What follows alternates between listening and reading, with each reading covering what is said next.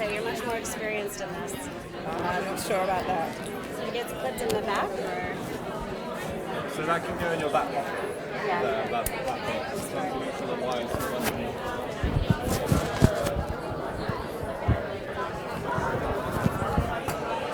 How does this turn on? So I've left it on at the moment, so that's fine. So if you just pop it in your back pocket or something.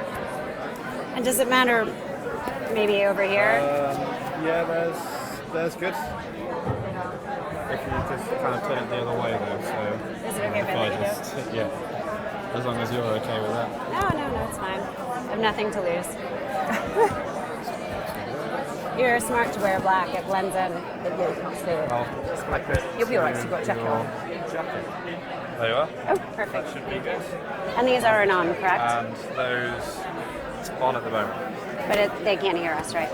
So just for the recording. Okay, great. And it's not on like web feed or anything else, right? It's not on. Web feed? Oh, no. Okay, do you want to hear a very funny story? So when I did a startup grind before with my old company, and I was a bit like nervous about it at the start, and my the co-founder was like basically razzing me the entire time. He was like, are you ready for some torture? Are you ready for some pain? And I was like, we were going back and forth, and we didn't realize our mics were on for the web recording. So not here in person, but actually in the web recording. So they actually had to edit it out. Wow. So yeah. So be careful. Yeah. Oh, thank you. Thank you. And the last box of what we have. Oh, amazing. Grab them with your bag. Thank you. Perfect. Cool. Great. And one of the questions I also had, mostly because it's, with children, there are very few people who sort of like innovate for children. And it's, as you read in my notes, I think it must be such an interesting challenge because in some ways it sort of removes you where you have to be almost quite clinical about developing something for a segment that's not you. Yeah. But it's also probably the hardest segment in the world to go after because you're talking about early adopters. Yeah. Children adapt to technology faster than we can even imagine. They have attention spans of 0, and you can't really directly market to them. So No, but what I would say about that is they are wonderful as well. Mm-hmm. That creating stuff for them is joyful, and once you hit on something that they love, oh my god, they're like the best ambassadors you could ever have because they will share it. They love being like the person who knows about something cool, which then in terms of playground sharing, just go in there like, have you seen this thing? Have you seen this thing? So it's like the best viral marketing ever.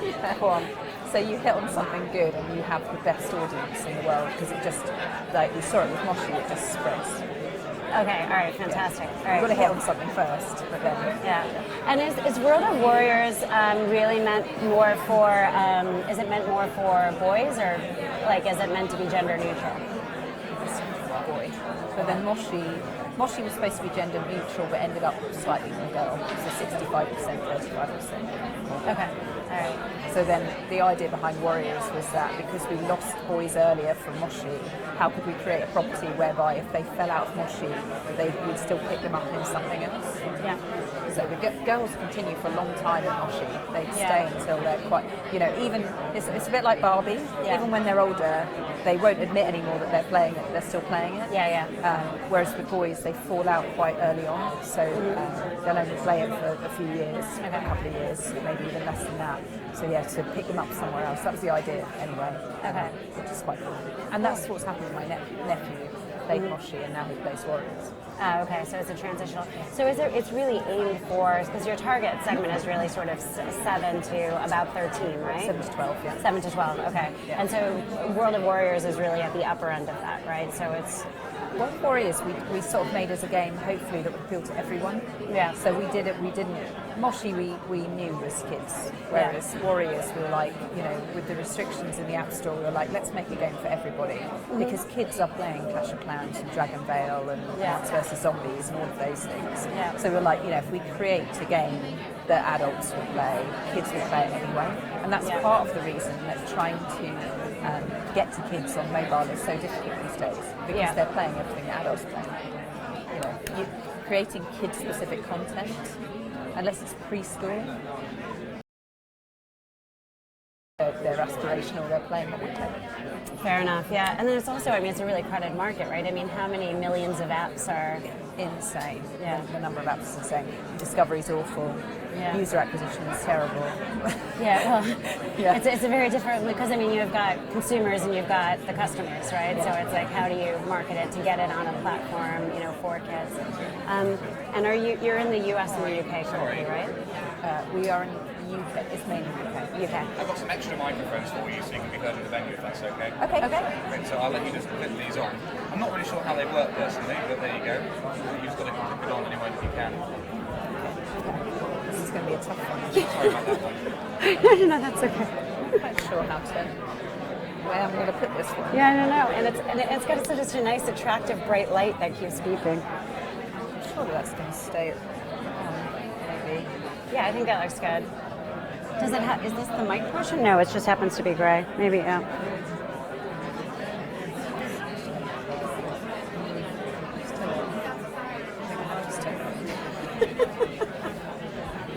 These things are... Is yours flashing or not flashing? Yeah, it's flashing.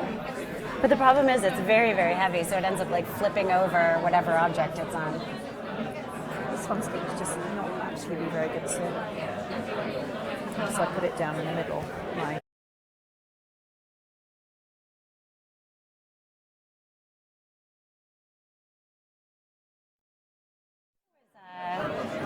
Here somewhere? Yeah, like a bit higher, and then it won't fall. It won't like make a flat fall. Yeah, I think that's better. Not really. I think that's All right, okay. the best option aside from putting it on your necklace. Okay, fine. Okay. Okay. For 1 second, I just want to make sure. Marion always like creates a bio for me. I just want to make sure he actually says what's happening. Okay.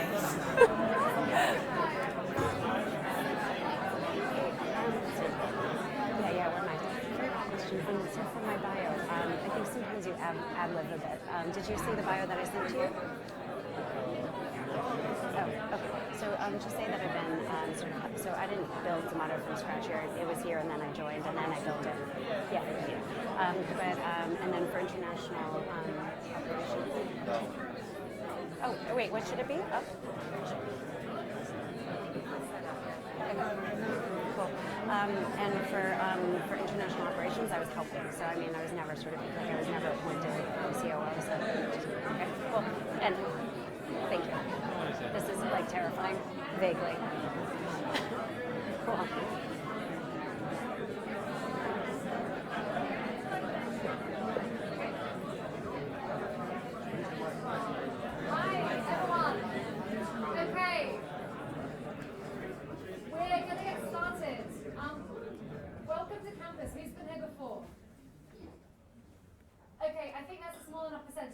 Giving you a very quick pitch about what campus is. My name is Sarah Drinkwater, and I head up campus for Google. I've been at Google for about 4 years, and when I started at Google, I came from startups. And in pretty much every company that I worked for, I was the only woman, I was the only non-developer, and every company failed. Now I'm telling myself there's no correlation there, I'm hoping there's no correlation there, but certainly there was a need for a space like this, somewhere where startups could come together, learn from each other, meet investors, come to events like this, and grow. We've been going now for 3 years, and in that time we have got to 43,000 members. Startups on our network raised 41 million last year, and we have 1,100 mentoring hours. So again, membership's completely free, as are all of our events. And I think tonight's event is one that's particularly special to me. In the last year, we've increased our female audience by our community by 11%. We're now at 30%. There's still obviously a huge room there to grow, but I think we're going in the right direction. I think we all know that diverse teams are better for business. And I really want to focus on that tonight. We have 2 amazing business leaders talking on stage to each other. And I'm really glad to see the audience tonight is super mixed. I think sometimes when we have female-focused events here, we tend to have a very female-dominated audience. So I want to recognise that and celebrate it. So without further ado, I want to welcome Marion, who heads up Startup Grind London, to kind of introduce the evening. Thank you.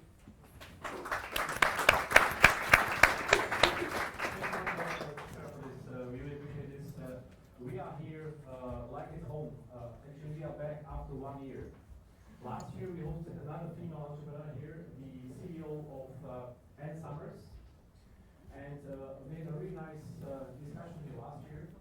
How many of you have heard about Startup Grind before this event? And how many haven't? Now we have some work to do.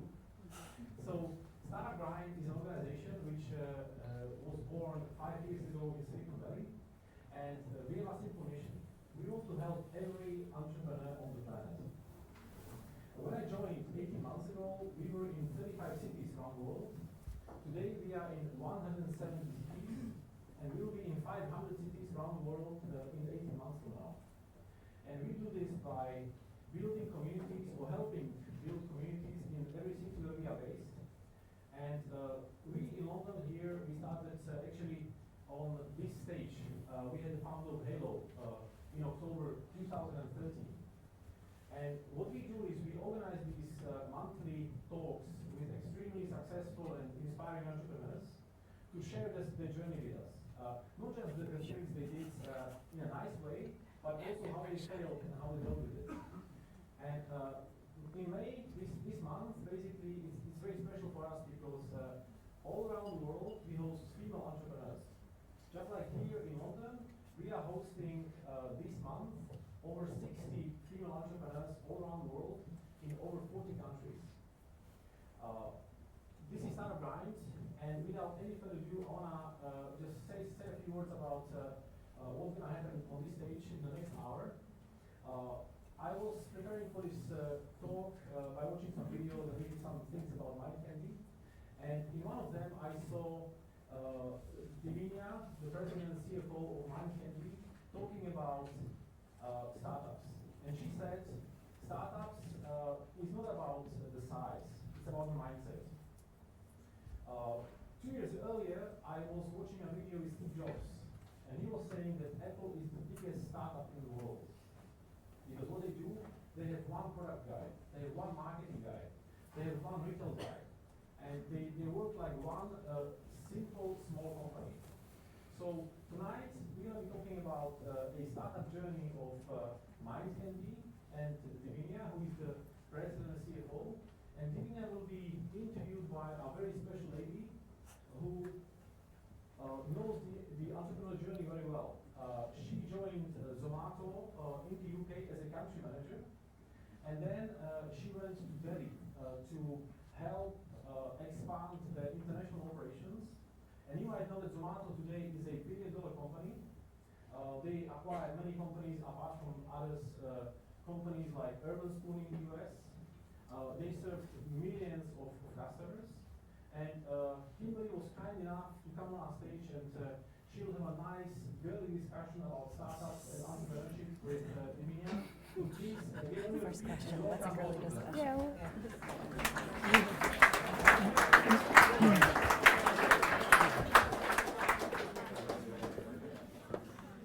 Sorry, is that mic on? Okay, thank you.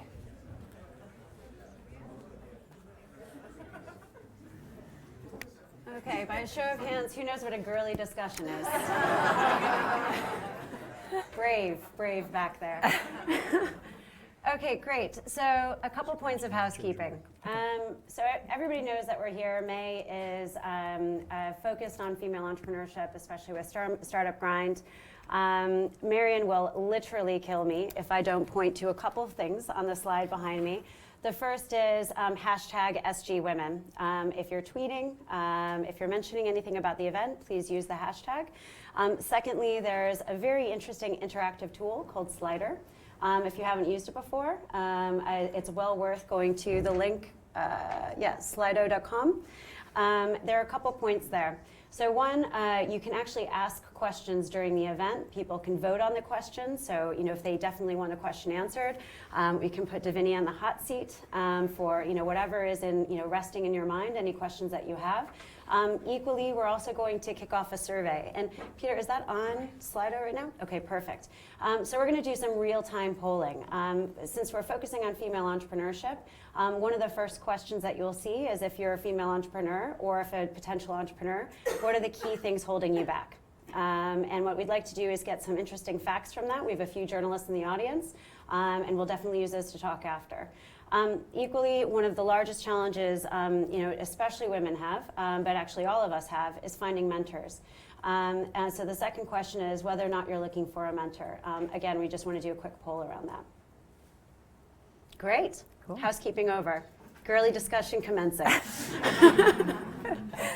So one of the things, Divinia, I was really impressed by was the trajectory of your background. So you started out in archaeology. I did. Yeah, such a natural lead into Mind Candy. Yeah. Would you mind taking us through your background? Yeah, so I studied archaeology at university, have a real love of old things, and I really loved it. It was great because it was modular, learned about loads of different stuff, including all techniques and research and all of that sort of thing, as well as kind of digging and old objects and everything like that. But when I came out of uni, I didn't want to go into archaeology per se because archaeologists don't make any money. And so I thought to myself, I'd rather go in to stay in kind of antiques and old things. And so that's what I did. I was in the antiques and interior design industry for about 6 years for 2 different companies. The one before Mind Candy, I was there for about 5 years, ran that business, absolutely loved it, worked with some very high value clients like Sharon Stone and Madonna and Mick Jagger and so on, doing sort of interior design projects and supplying antiques to them. And then and also commercial projects like for Hackett and Geeves and Hawkes and so on. And then decided one day, I'd been quite an early adopter of all of the early social networking sites like Friendster and Friends Reunited and so on. And I really loved digital and technology, and just thought, I'm in a very low-tech industry. This is where the world is going to go. I need to go and get out into that business. And I, thought to myself, I could keep this other side of my, this other passion side in old things as a hobby. So I happened to see a coded ad in The Guardian, and Google used to do this as well, and then decoded it, sent my CV in, and then met the then COO and Michael, and that's kind of... So what does a coded ad mean, by the way?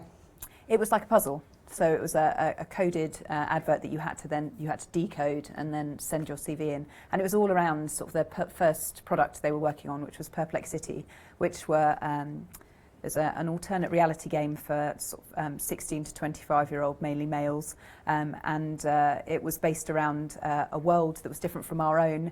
A cube was buried on Earth that had come from that world, and people had to find it in order to win £100,000. And the way they did is by buying cards at retail that were coded. And so they had to decode all of these different cards, of which there were different rarities and all sorts of other things. And it led to this cube, which was buried in a forest in the middle of the country. So did the job advert actually lead you to Mind Candy's offices, or? No. Okay. It was just a puzzle you had to solve. Okay, but fair enough. Yeah. So what was your first meeting with Michael Acton Smith like? Really magical. And I still remember it. He looked younger. I bet I did too. I think we all did. I think we all did. But yes, it was brilliant. I really loved meeting him. He's an incredibly inspirational character. He's very creative. I really admire what he's done. He's a serial entrepreneur. He's built many businesses. And yeah, I just loved my meeting with him. And we did have a really long, in-depth meeting. We got on really well. And he probably is one of the biggest reasons I joined Mind Candy. And so what was it that really drew you in, that let you take that leap into entrepreneurship? It was the fact that I thought that he would always be successful. So I kind of bet on him more than I bet on what we were currently doing, because I thought Perplexity was really interesting, had a lot of commercial buzz around it, lots of PR and so on, had some users, etc. It's a very interesting idea. We still talk about it now, but I bet on him because I thought that he would be successful no matter what. He had lots of ideas, not just Perplexity. We discussed a lot of different ideas that he had at the time, and I thought, this is someone I really, really want to work with. Fair enough. And to put this into context, this is in 2006. Yeah. You had applied for a studio manager, is that right? Yeah. Yeah, the position. Obviously now president and CFO, so quite a change.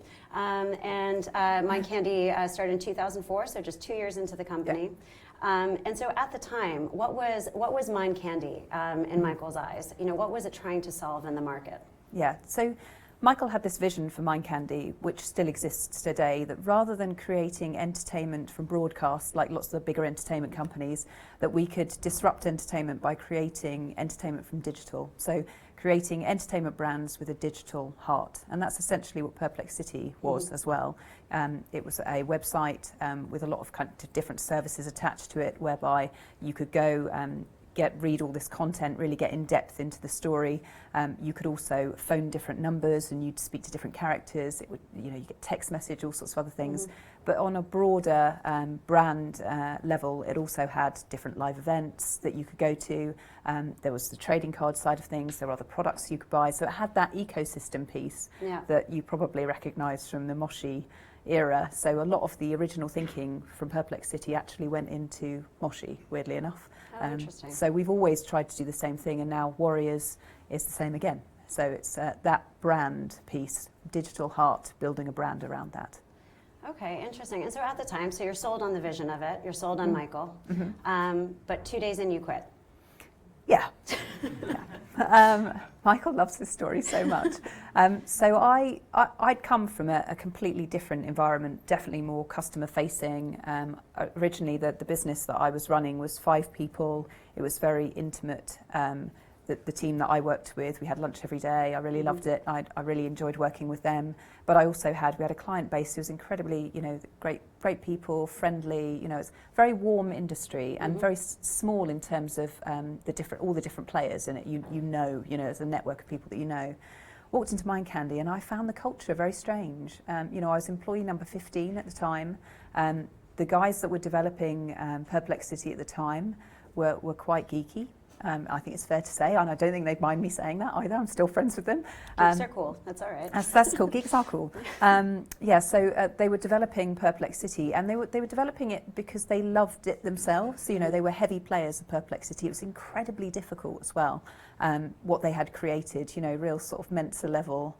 The cards were really, really complicated. So, it was quite different from what I'd come from. And I think, that and the creative chaos that I experienced when I walked in sort of it was a real culture shock.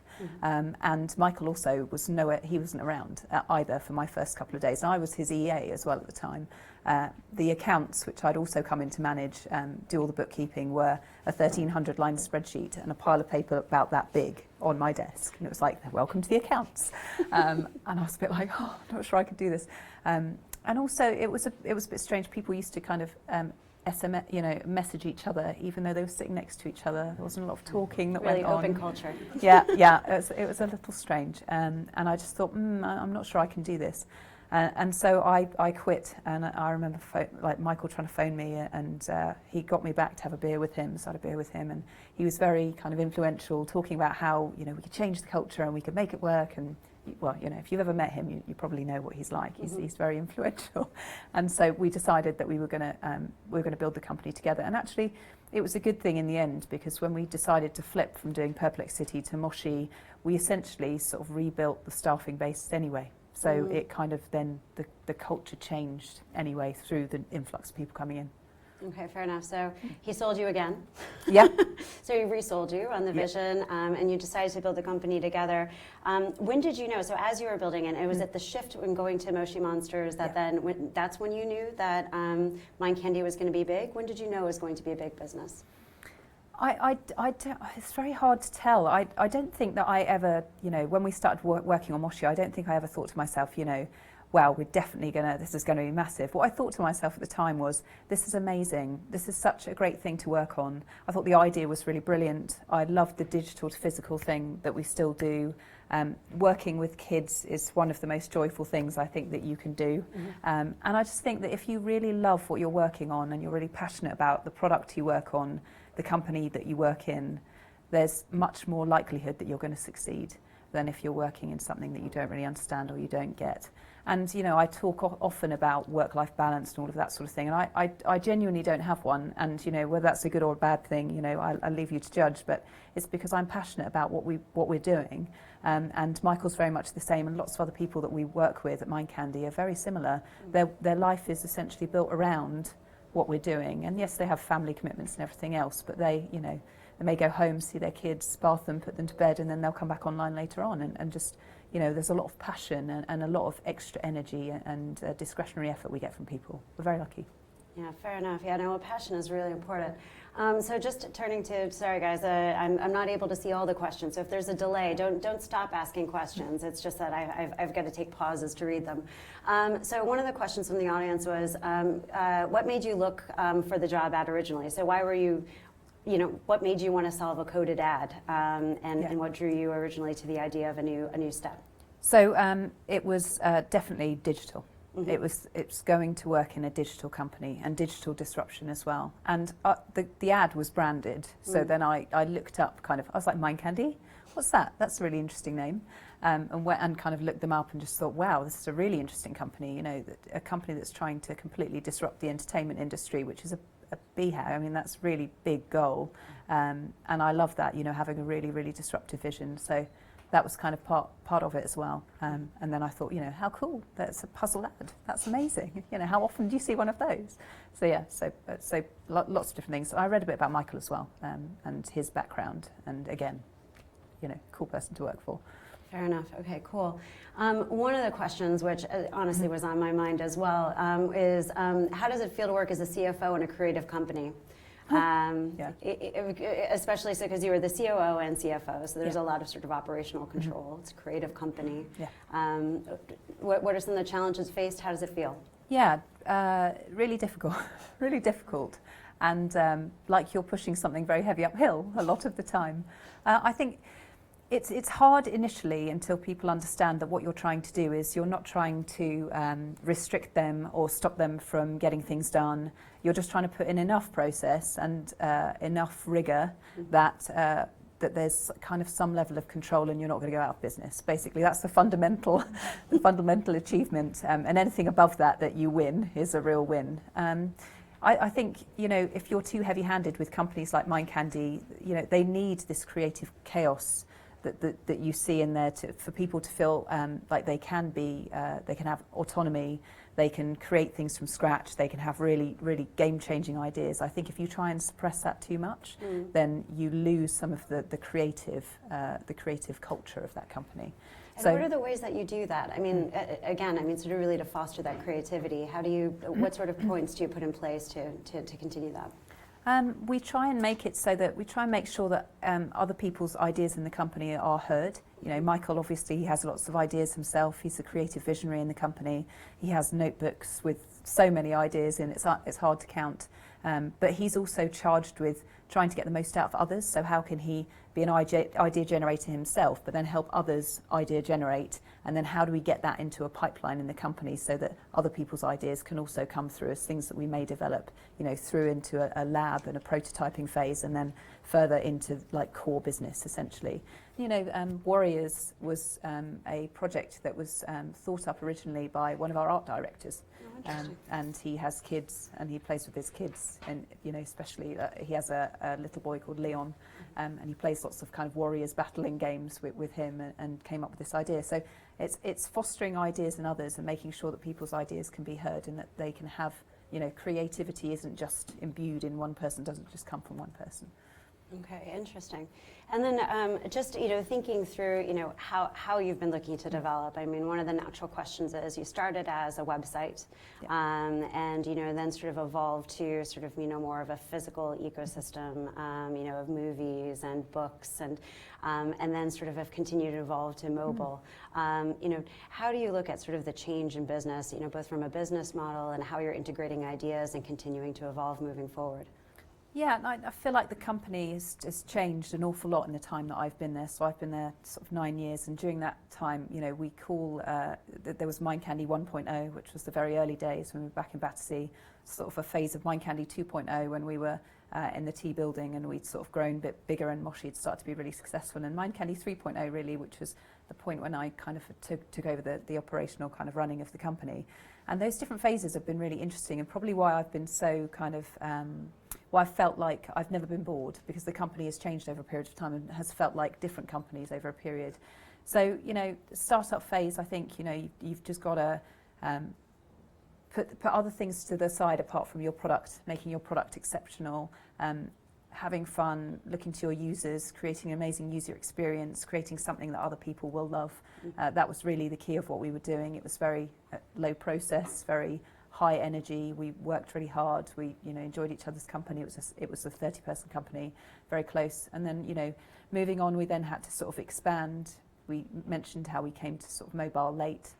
We diversified into other product areas from doing the licensing, and you know, the website had been really successful. And that was really because users, after we'd got to a certain level with the website, were calling out for physical product. They kind of, we've always had a lot of fan mail from users, and they were just like, when can I have toys? When can I have magazines? When can I have all this stuff? So they were waiting at the gate to do that.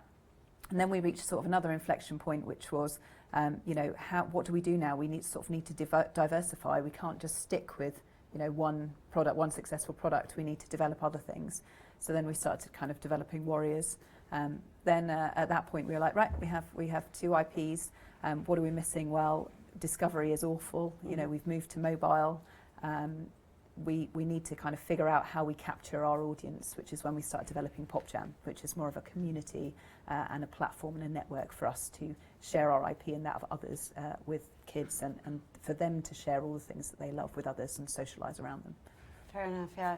I mean, one of the questions from the audience is around sort of future ambition, and the fact that Michael's been quoted as saying that he wants to develop a company that potentially could rival Walt Disney. Yeah. Is that the vision for Mind Candy? Yeah, I mean, I don't look at it, and I don't think he so much looks at it as in rivaling other companies, because those companies are massive inspiration for us as well. You know, they've done incredibly well. You know, IP like Frozen is exceptional. You know, they've really innovated over a period of years, and we really look up to them. So, you know, we're more inspired by those guys. I think we're trying to do something slightly different, and you know, we're trying to still create entertainment and brands with a digital heart rather than coming from broadcast. We can take inspiration from them. I think that also there are some things that they can learn on the digital side from us. I think our vision for the company is to build the greatest family entertainment company for the digital generation, and that's more what we're trying to do. So build a portfolio of really interesting, engaging, emotionally resonant brands, and also build a distribution network so that we can also reach our audience and communicate with them, and take away some of the hits-driven nature of what we're trying to do, because that's one of the massive issues about what we're doing. So then we can develop IP, we can share it with our audience before we've invested too heavily in it. Then we can, you know, we can see if it resonates with them or not upfront. So that's sort of the idea. And is that what separates you think, from competitors? The idea of building a digital ecosystem, or digital entertainment ecosystem. Yeah, and more these, you know, we originally, when we first started doing this, we were really unusual because we were coming from the digital rather than coming from TV or, you know, film, you know, the way that the entertainment used to work. These days, though, the larger media entertainment companies, of course, they're getting much bigger, in digital. They're developing real expertise, and you know, Disney does phenomenally well in digital these days. They've had to, because it's such an amazing ecosystem. But I still think, you know, our original DNA is from digital, so that's where we are sort of still innovating and trying to solve those problems. Fair enough. And your competitors range, I mean, everything from the behemoths of these Walt Disneys, you know, all the way through to the fact that there are, I mean, countless, I mean, literally over 1 million apps targeted at the same audience. What are the things that you're learning from your competitors? So I think we're learning a lot from, we talk a lot with people who are in the larger entertainment companies, because you can't help but kind of develop relationships over a period of time. We're all suffering from the same problems, which is really interesting, us having the resources that we do and them obviously having the killer resources that they have.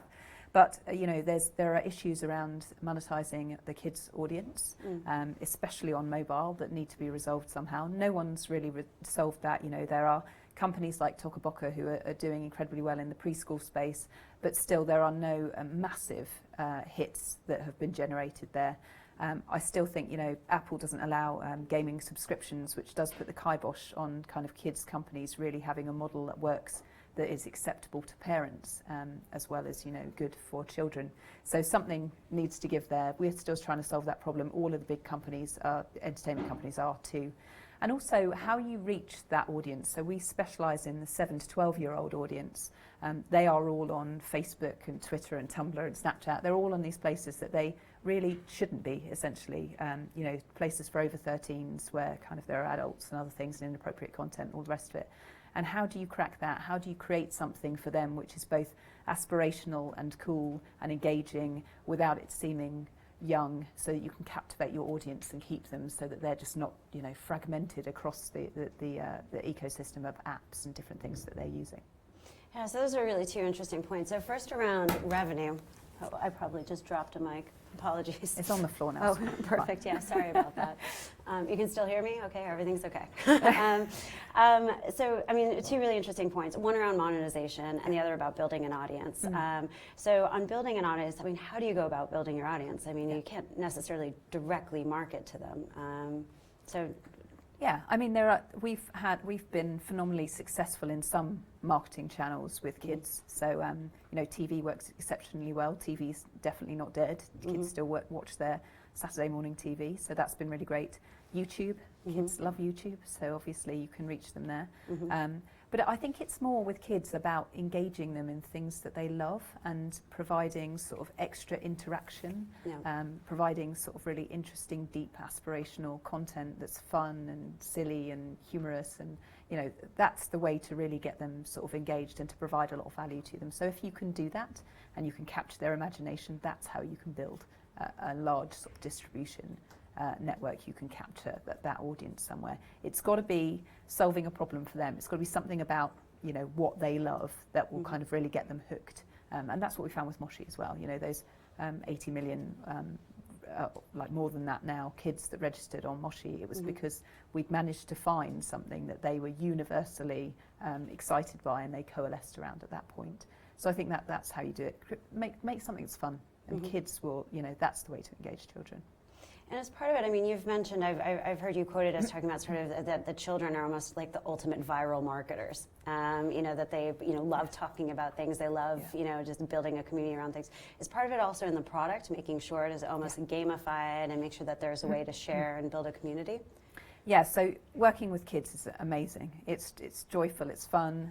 They're great at user testing because they're just not shy at all about telling you about stuff that's rubbish. They will use that word, yeah. They haven't met consultants yet. Yeah, huh? They haven't met consultants yet. No, and not only that, it's kind of fun having them around anyway. But yeah, so they're brilliant. And you know, when they love something, when they, you know, it's deep in their sort of, you know, it emotionally resonates with them, they just want to share it with everybody. And they love kind of being in the playground and being the person that knows about something that other people don't. So they just want to tell everybody. They love kind of, you know, if they, with Moshi, they really got into trading cards and they take them into school and share them, which was obviously kind of a mechanic to help it sort of go viral. Then the trading cards got banned, which is obviously brilliant because then kids want them even more. You know, and all the things, you know, everything that you can do about collectability, so all of the little figures as well. And again, they could swap them and share them. They got duplicates, all of that sort of stuff. Taps into sort of the gamification. On the site, you know, the friends element of it was really popular. They had a public chat, which was really popular. They also had their own URL. They absolutely love status. Like, you know, they love being cooler than somebody else. So on Moshi, you know, when we put in Moshi memberships and it showed that you were a Moshi member because you were cooler, you were more pimped up, you know, you had a different badge, all the rest of it. Kids went nuts about it. It was amazing.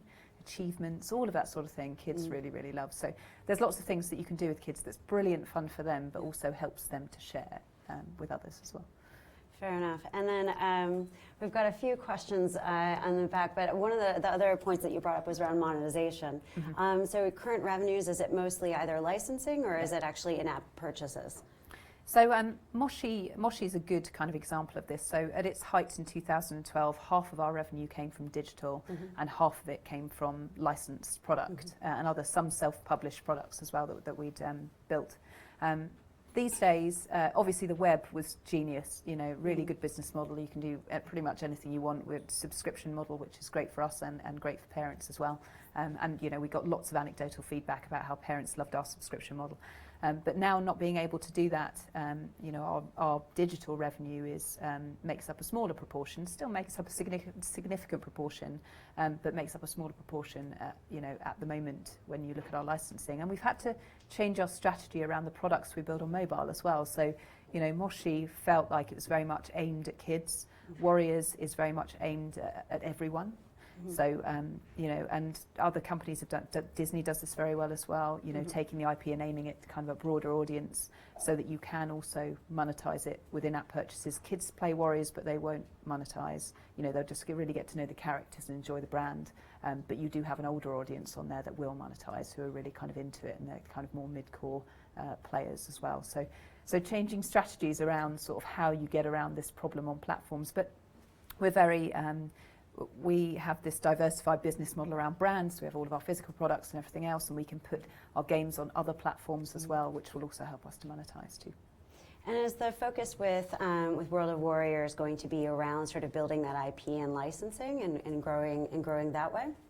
It follows the same model as Moshi. So basically creating as many touch points in the right places as we can. So figuring out where our audience are, what they're consuming already, and making sure that we are there. So in terms of digital, that means we create apps, and not just the main app as you see it today, but we're also creating some other smaller, more snackable apps where kids can enjoy sort of the characters and really get to know kind of the world of the wildlands and so on. So then we're also creating a load of digital content. So that's small videos and things that kids can also watch, so that they get more idea of the backstory, character driven again. We, as I mentioned, we're trying to put our games onto other platforms where we know kids are. And then there's the whole physical side of things. So toys, magazines, trading cards, books. We have a fiction writer who's writing fiction, which is a slightly different way to do books. All sorts of other kind of touch points that we know that kids are already consuming media in these areas. So we're making sure that we are present in there too. Okay, all right, fair enough. Quick question from the audience. How do you manage security with children interacting with each other online? It's something that we've developed over a really, really long period of time. So we have an amazing community and safety chief. Not many people have one of them. And she's been working in the business for over 20 years. She also consults with governments around the world, including the US government, UK government, all sorts of European boards and things that she talks to. So she helps to inform safety policy around the world. But actually on the site, the way you do it is you have live moderation, you have sophisticated software systems, not only for swear filtering and all of that sort of thing, but also we have a very sophisticated behaviour monitoring system which detects inappropriate conversations. So it learns about the conversations that people are having, and it can detect when something, and flag when something might not be quite right. We also, kids self-report. So if they don't like the way that they're being treated on the site, they can also self-report, teach them about safety and what it is to be a good online citizen. There's so much that you do. Teach parents about it so that they can also help their kids to understand what it's like to, you know, to be sensible in the world of online. And also hopefully it helps them when they kind of graduate away from us and they're on these other platforms. You know, 13 plus, they can then be a good online citizen elsewhere as well. But yeah, it takes a lot of work to develop that. And we've just been recently developing photo moderation as well with another partner, which is also very difficult to do. But yeah, it takes a lot of expertise and time and energy, and working with some really good partners. Okay, all right, fair enough. So I mean, obviously you talked about sort of the three point phases of Mind Candy, you know, and you also mentioned that, and it's been quite public in press from talking about sort of, you know, being a bit slow to move to mobile. Yeah. What have been the real challenges along the way, or some of the larger, you know, mistakes you think Mind Candy might have made, and how would you do things differently? Yeah, so obviously the mobile one is a big one. So moving to mobile, we should have thought about that earlier. And you know, it's made us very aware of other platforms that might disrupt our business model going forwards, and you know, other platforms generally that we just should be on. So that was a huge learning. Other things around sort of Moshi, not globalizing Moshi. So you know, it's a good and a bad thing. So there's huge potential left in Moshi to globalize it and you know, release it in all these countries where kids have never even seen it. Something we would love to do in the future, and we have plans to do. But obviously at the time it would have been good if we could have managed to do that sooner and more swiftly. So that was obviously a learning, and one we've taken into Warriors, whereby now Warriors has a full global rollout plan, easier to do on mobile, because you can localise so much more easily, but also physical products in different territories and so on. So that was one. I think keeping your culture as you grow is really difficult. And also when you go through challenging times as we have, and you might need to right size the business and restructure the business around what you're trying to achieve at points. Because things may not have gone how you would have hoped, through all sorts of reasons, market forces, etc. I think doing that and coming out the other end successfully is an enormous challenge. I think finding amazing people is tough as well. Dealing with lots of external stakeholders, including investors, especially as your business becomes more complicated, you bring more people on, board members, policy makers, regulators, all very, very difficult. Finding really great partners as well, and also servicing those partners over a period of time. There's lots of things that we have learnt over a period of time, and I'm sure we'll continue to make mistakes along the way, but as long as there are learnings from those mistakes, then I'm all right about it. Fair enough. There's a lot to go through there, but almost as a corollary, I mean, within your own career, I mean, what have been sort of the largest points of frustration, and how have you moved around those? Yeah, I guess, we're talking about female entrepreneurship, and I guess being a younger person, slightly definitely unproven earlier on, and trying to prove to everyone that I could do the job, and prove to our board members, who are obviously really savvy and experienced, that I could do what I had set out to do, and that I had the experience and I was prepared to learn and be open, was really hard. And I was, really worried about what that would look like to them, and making sure that they could see that I had real potential. Very difficult, and lots of different ways that I tried to get around that, including, I'm an eternal student, so I just try and suck up as much stuff as I can in terms of learning. Whilst I was at Mind Candy, I did my accountancy qualification in my evenings, because I wanted to stay the CFO and prove to them that I could, I had the qualification to do that. I've done other qualifications. I also network heavily. I started my own networking group because I wanted to surround myself with like-minded people who could help me. I've been mentored. I've had really good mentors over a period of time, including Michael. All sorts of things. Just trying to hack the system so that I could still continue to rise and grow. Okay, again, I have a lot of questions around that, but very related to this and coming from the audience is, what was your biggest obstacle to overcome, and were you ever close to giving up? I get that one is my biggest one. It's the perception of me, internally and externally.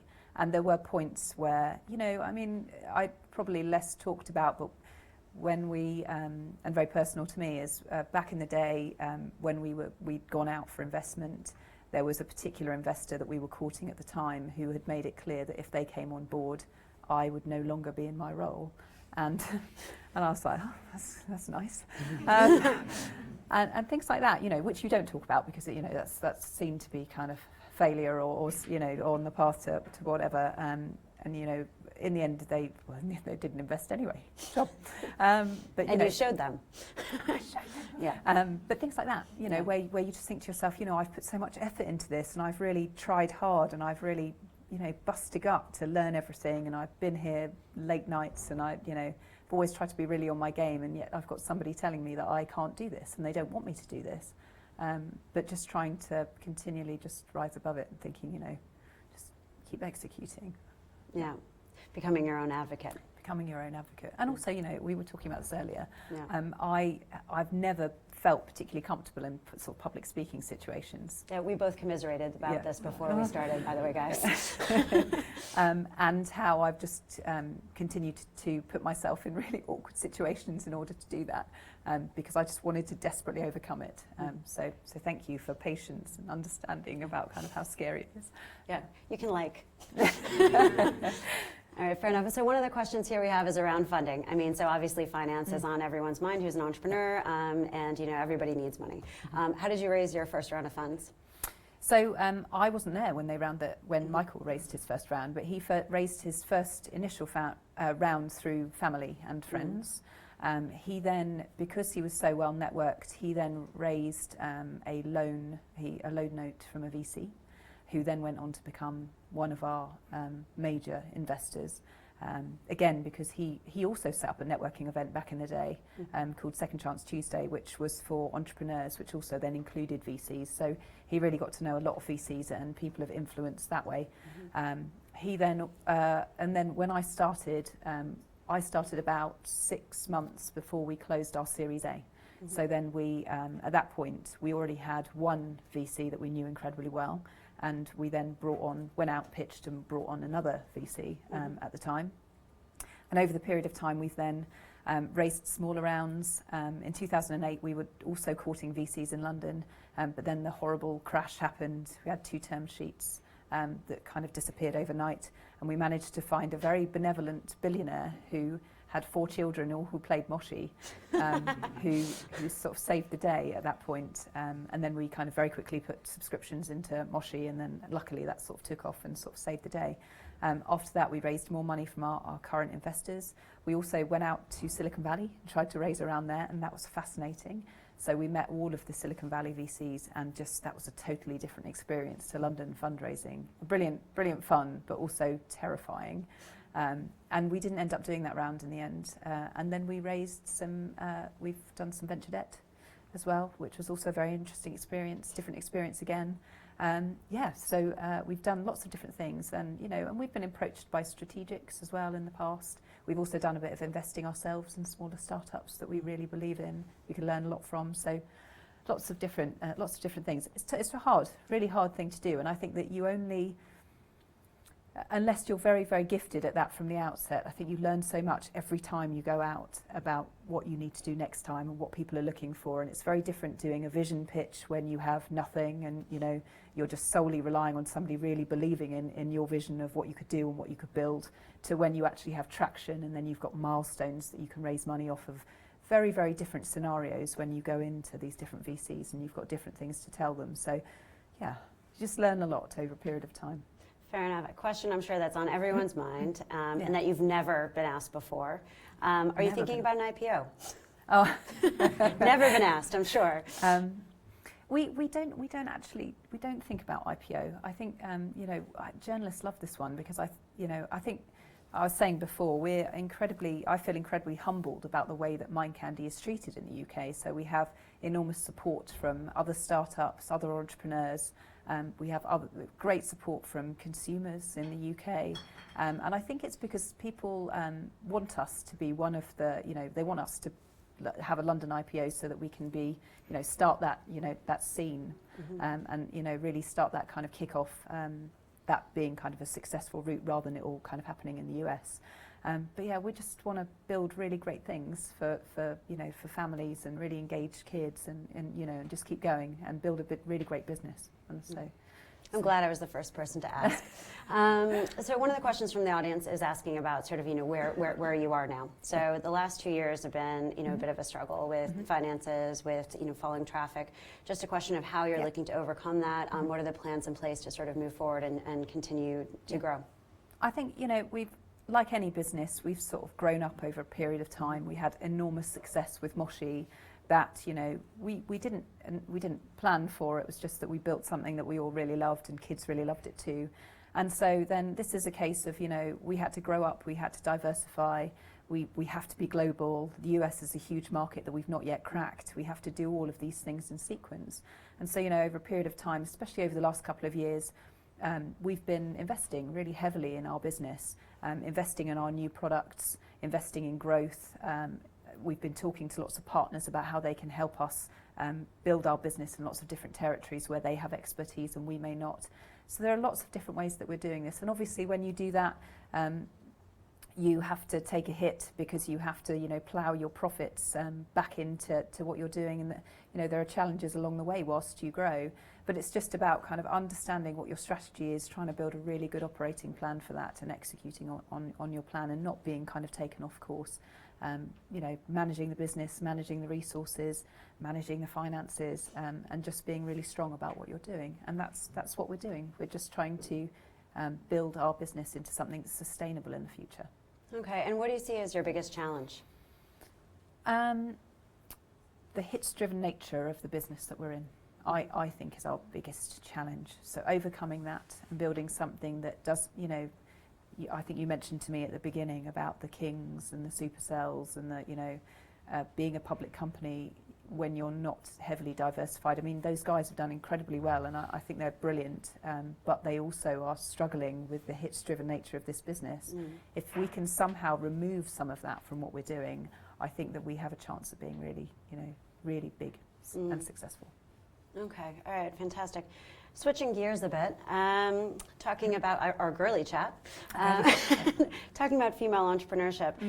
There's a new report from Bain that was quoting that it takes just 2 years for women to lose confidence in the workplace versus men who continue to at least hold their confidence, if not build it. And as a corollary, they also lose their ambition. What advice do you have for women and in maintaining their confidence in the workplace? You mentioned that you had to go through a cycle of building your own.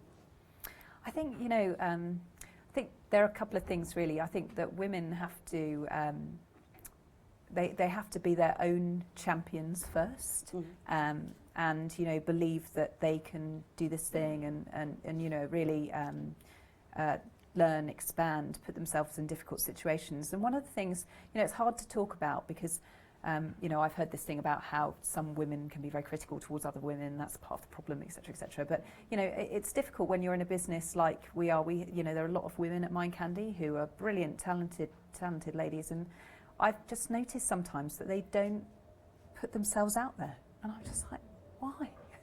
All these amazing women. And I encourage them to do it, in a room full of guys or in front of people who are more sort of out there. They tend to sit there and not say anything. And I'm like, come on, be your own champion. You've got to really put yourself forward and be prepared to be part of the conversation and part of the debate if you want to grow and you want to be successful. I think also taking advice and feedback from others, mentors, and that's not just female mentors but male mentors as well. One of the best things I ever did was my networking group, because I now am surrounded by a group of people who are absolutely amazing, and I respect enormously all of them. But what I love about them too is they're not afraid to give me feedback about the way that I am conducting myself or doing things, or I will go to them and say, we have these particular problems, reflect back on me what you think, how you think I should handle this. Our board members are amazing, especially, I have one particular board member who's served as a real mentor to me, and I love the fact that I can accept really sometimes quite hard to hear feedback from him. So there's that side of things as well, so accepting feedback and advice, getting mentors, networking, putting yourself in difficult situations, learning, feeling perfectly comfortable to say to other people, this is an area I don't know very well, but I'd love for you to teach me, I'd love to learn. All of those things as well. And I think also kind of the female role model thing is important. So more female role models and actually kind of seeing how they did it as well, taking sort of some lead from them. Okay, interesting. So TechCrunch said that about 80% of female tech entrepreneurs have a strong mentoring group that supported them along the way. You've mentioned a few of your mentors as we've been talking. Who are they? How did you find them? Yeah, so I originally had a financial mentor. So I've always had Michael. He's a great mentor, always has been from the very beginning. I had a financial mentor that I got through our VCs. Because I just kind of got to a point with them where I was like, you know that I'm trying to learn, and that I'm doing my qualification and I'm trying to grow, and also I'm trying to show you that I can do this. So what can you do for me? So they hooked me up with a guy who had been an entrepreneur but also had been a CFO in some bigger businesses as well. He was great. I really loved my time with him. As I mentioned, one of my board members, especially during the transition to becoming president, has been an absolutely amazing mentor to me, just sort of off his own back, which was brilliant. I have, my networking group where I've met other really interesting, both men and women, who've acted as really cool mentors for me as well. My dad, brilliant mentor. Just loads of different people that I have met over the time. And it's interesting about the mentoring thing because I also mentor people. So, and people often kind of write to me or, will you mentor me and so on. There has to be some kind of form of connection. I think people forget that. So you have to meet somebody and you have to really get on with them, and you have to have, mutual interests and really like their company to mentor them, because you're going to be spending a decent amount of time with them. So it's also about somebody that you find a real connection with and that you genuinely like and admire, both ways. And then that tends to work really well. Okay, and so when you say you're actively mentoring, you're obviously also you're still very actively involved with your networking group, right? Yes, so I still run the networking group. I also mentor. I have one. There are only a couple. There's only so much time, but one lady who's a senior lady in another startup who I mentor, and she's wonderful, amazing, very smart. So I'm helping her. And there's also a startup that I mentor. Two women who I met. They contacted me, and they too are wonderful, and I just really desperately want them to succeed, so I'm really trying to help them as well. Fantastic. We've got a question from the audience about sort of how you grew that networking group, or how you decided on the idea. How did you decide to grow it? So it really, it's one of those things that came about from a problem of mine. I was sort of growing within Mind Candy. There were lots of operational challenges there, and I thought to myself, there must be other people who are having the same operational challenges. And then Michael introduced me to a lady called Sarah Wood, who is the co-founder and COO at Unruly, and she is amazing. She's sort of one of my mentors. She mentors, hugely aspirational lady, so I met her, and we started talking about it. And I was like, isn't it weird? We have the same problems. We're not in competitive businesses, but they are tech-enabled businesses. There must be more people like us. So then I met Pete Smith, who was the COO at Songkick, and now is the co-founder of Silicon Milk Roundabout. I ended up having the same conversation with him, and wouldn't it be great if? So he and I then were like, why don't we just build it? Why don't we make this thing and make it happen? So then went back to our networks, invited loads of people into a LinkedIn group, and then I had an intern at the time who was lovely, and just said to him, right, this is what we want to do. Go through all of our contacts. Go through our LinkedIn groups and find all of these people that we could, who are the most influential tech startups in London, contact them, use our names, tell them what we're trying to do. And it was great. It started with a nucleus of about 15 really amazing people who we'd managed to contact. And I was mildly disappointed at the time, because we contacted a lot of people to get 15 people. And by the way, when was this? This was in 2010. Okay. So we got our 15 people, and we had our first meetup. But what I didn't realise was that because they were so awesome, and we managed to find a format that created a lot of value for them, in the fact that we had similar challenges and we could share contacts and thoughts and strategies about how you resolve issues, that they would then kind of, whenever they met someone else, they'd be like, there's this group for that. And it's funny, someone that came along recently was like, this is like therapy for COOs, it's amazing. So then what's happened latterly is that as the group has kind of got richer and more organised, rather than me having to, and I go out of my way to meet other COOs as well, but rather than me having to do all of the bringing in, Pete having to do all the bringing in, all our COOs now bring people in. So now it's over 200 people in the group. And just, it's very curated. I don't let in recruiters or anyone that I haven't met or I don't vouch for, because I want it to be a really interesting group of people who genuinely have the same problems and want to help others and give back. So that's it. But it's an amazing group of people. I feel very lucky. Well, you very actively created it, so so a couple more things. I'm sure I see Marianne trying to wrap things up, but I'm not done with you yet. A couple more points. So in Silicon Valley, the percentage of women starting technology companies is astronomically low at 3%. Of privately held companies, only 6.5% have female CEOs. And 1.3% have female founders, despite proven higher returns on investment for venture-backed companies and better performance overall for women-led companies. This is all from Silicon Valley. Do you think this is different in the UK? Do you feel this is changing? And more importantly, how do we accelerate change in this in particular around, you mentioned role models are really important for women. How do we begin accelerating that change? Yeah, I feel like it is still a problem, definitely, but it is something that has changed, definitely in the period of time that I have been in the tech scene. So in the last 9 years, it has been very male-oriented and changed over a period. I remember Catherine Parsons, who's also a really good ambassador in this area and a friend of mine, she was saying that she remembers going to tech conferences and she'd be the only person in the girls' loo, which I thought was really good. But yeah, so and it's definitely changed from that.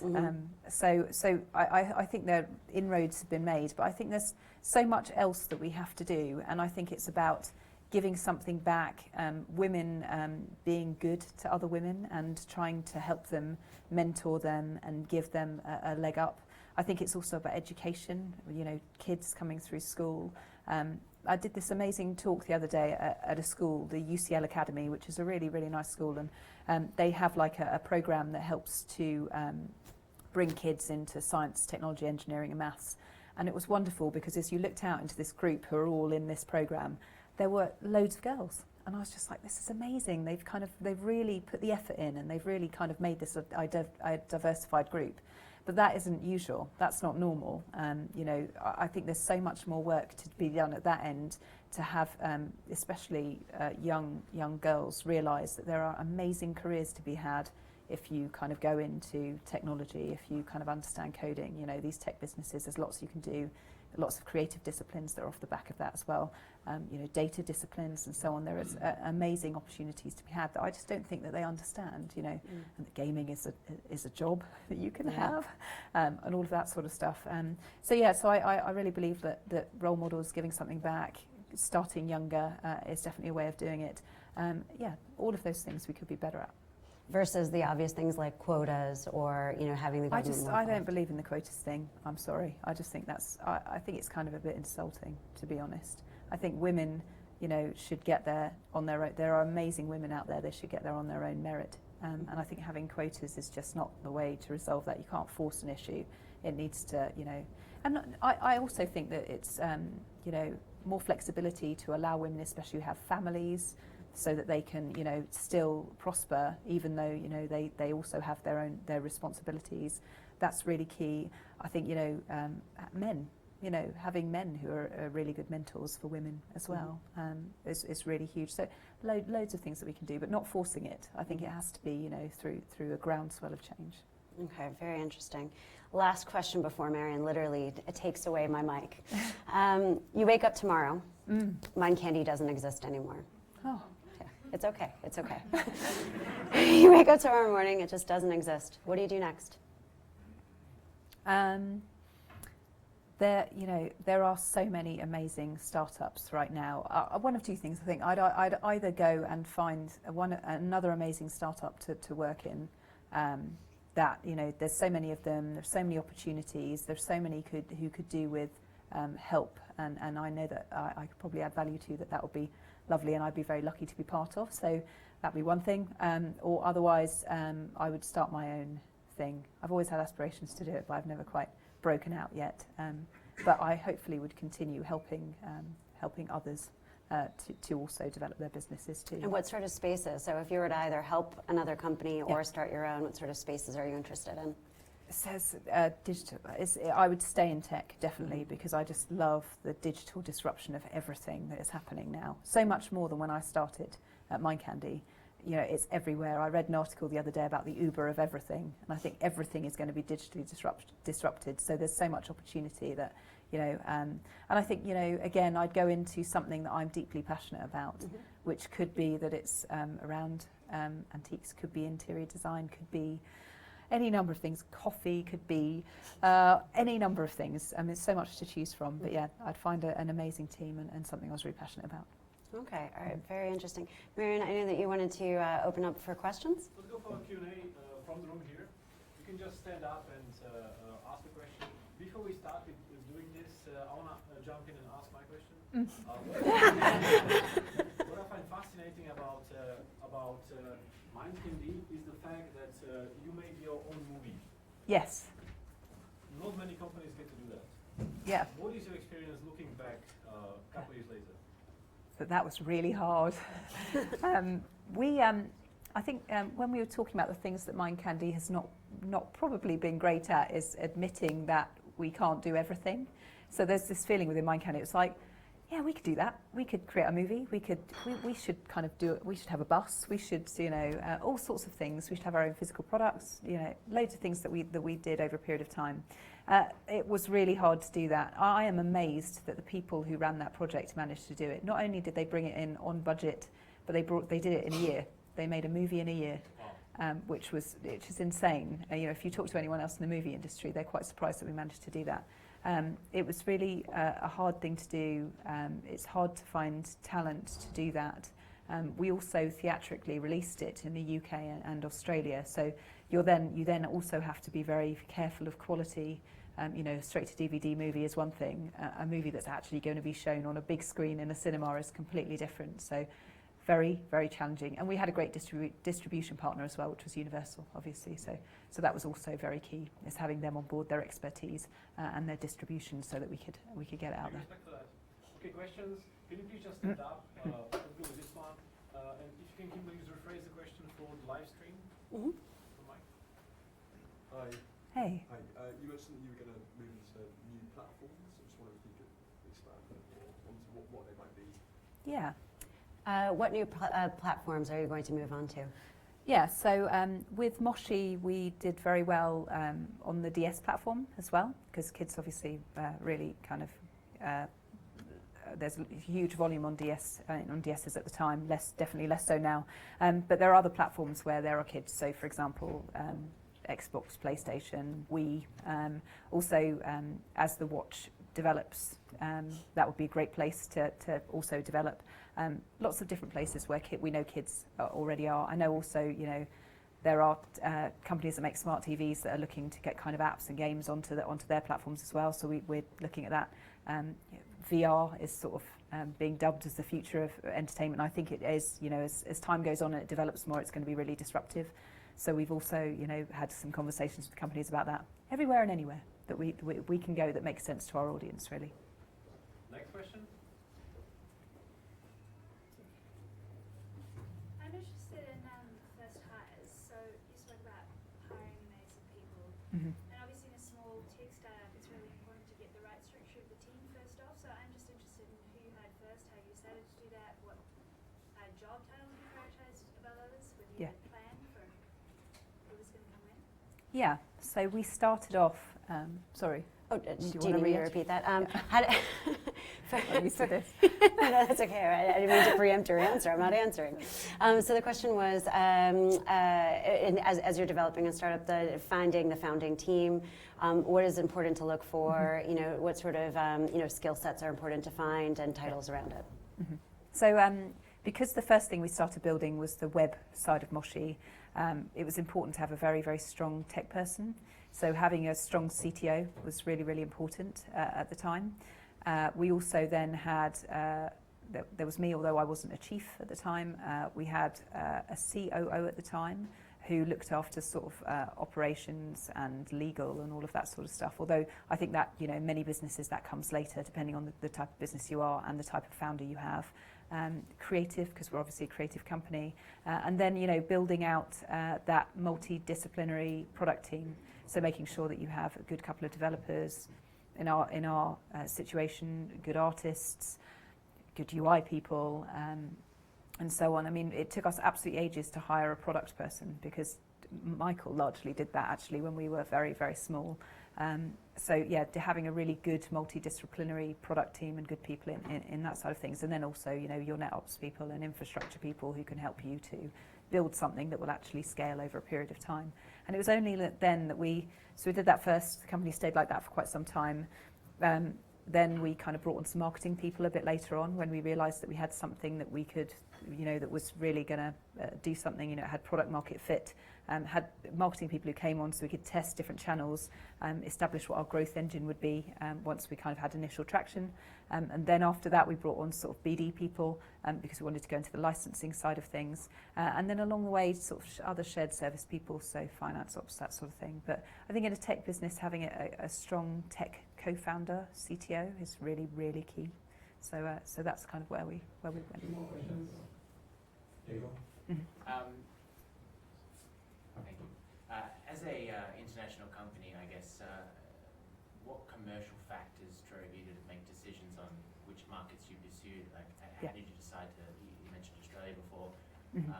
What commercial decisions did influence you to go pursue certain markets over others? Yeah. So I guess because Moshi was English speaking only, that also limited which markets we could go into, less so with Warriors obviously because we could localise it from the outset.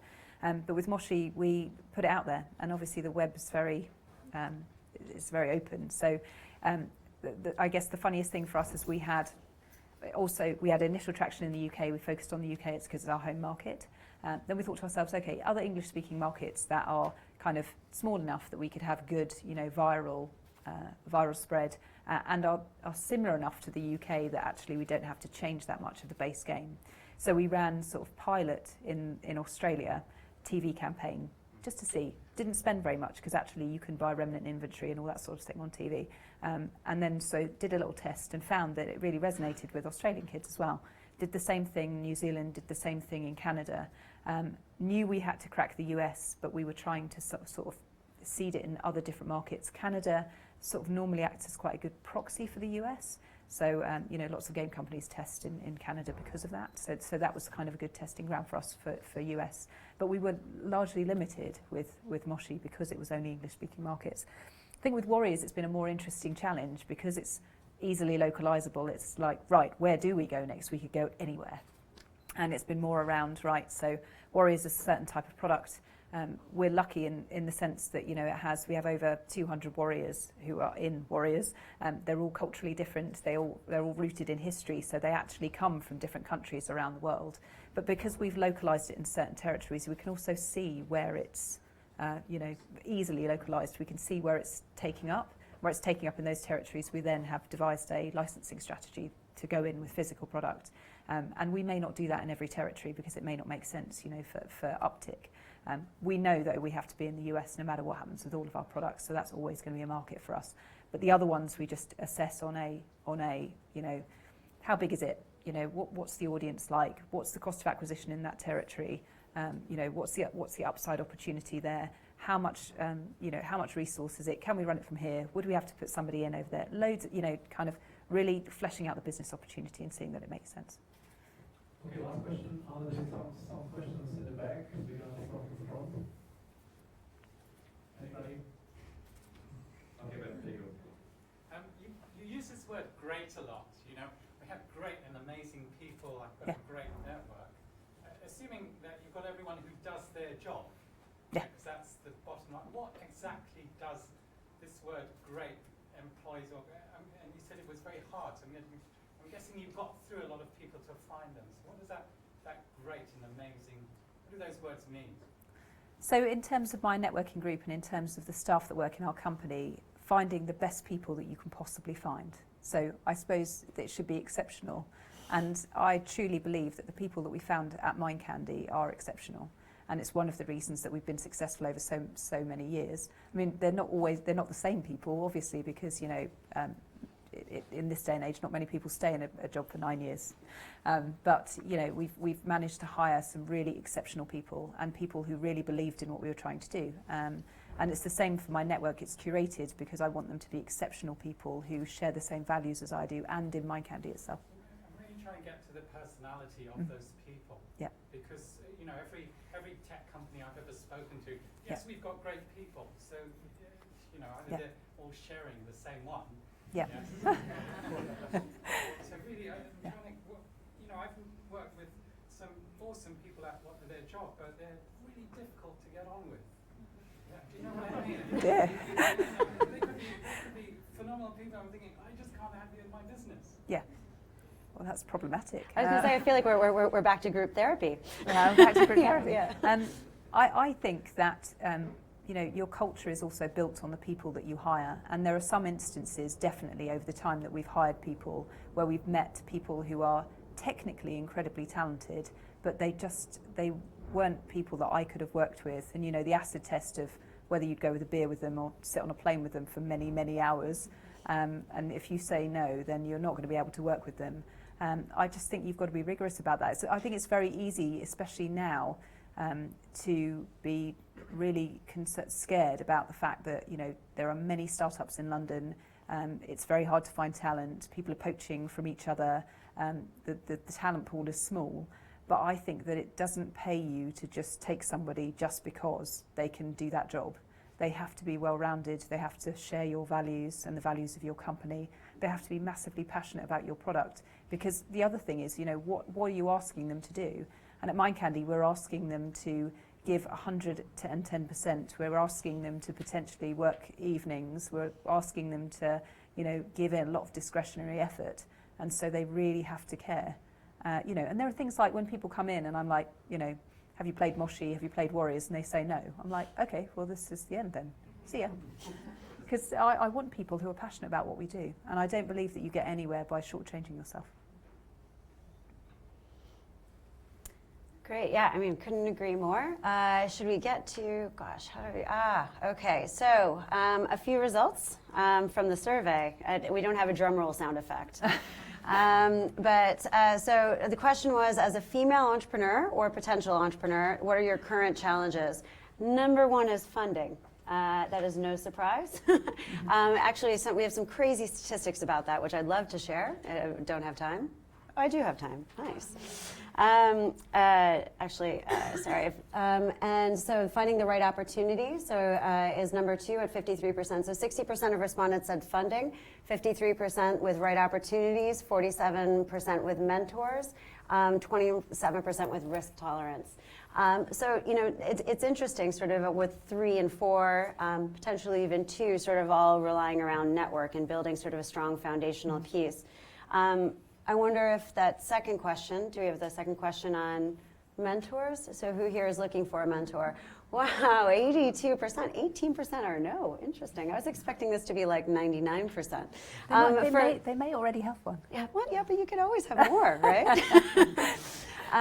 So for people searching for a mentor, 82% of the audience is searching for a mentor. Who said yes to this? Who's willing to stand up and say what type of mentor they're looking for? Anybody want to stand up? No? I'm gonna Be your own champion, people. Come on. I agree. Or else I'll call on someone. Yeah. I haven't answered back to that question because I don't have the link. But I'm looking for a mentor. I'm mentoring lots of people and I know how to be. But actually, it's difficult to find the proper woman to actually get mentored or the proper man. I used to work for corporates and at corporate level it was easy for me to find it. Now being an entrepreneur is a bit harder. Because actually the mentors I've been asking for will have too many mentees already. And that's the balance that you need to find out. Yeah, I think that's true. Is there something specifically you're looking for in a mentor? No. It's actually, I'm more looking for women's mentors so as to grow the remits of who I am and what I am going to be in the future. Okay. But actually, I'm mentoring people in people management normally, but I can do business as well, so that's Just 2 pointers for this. We have in the audience Matt from SoundCloud, right? And Matt is a user of Virgin Startup, and they have a group which connects mentors and mentees. And Matt and his company SoundCloud just became the Virgin Startup Ambassador for this year. So congrats on that.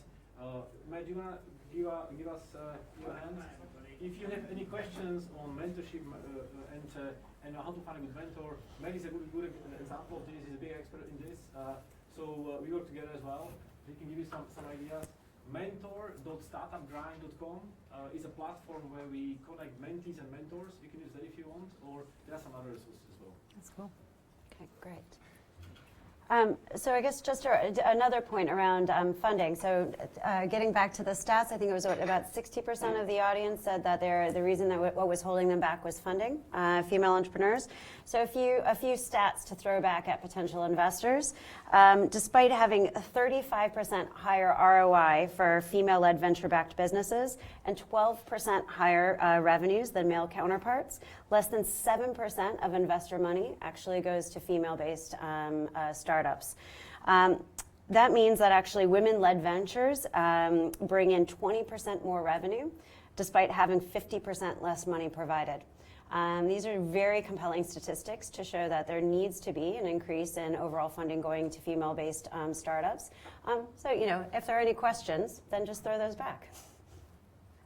Any other points that would you like to wrap up, or any other questions? So please join me in giving a big round of applause to Divinia and Kimberly.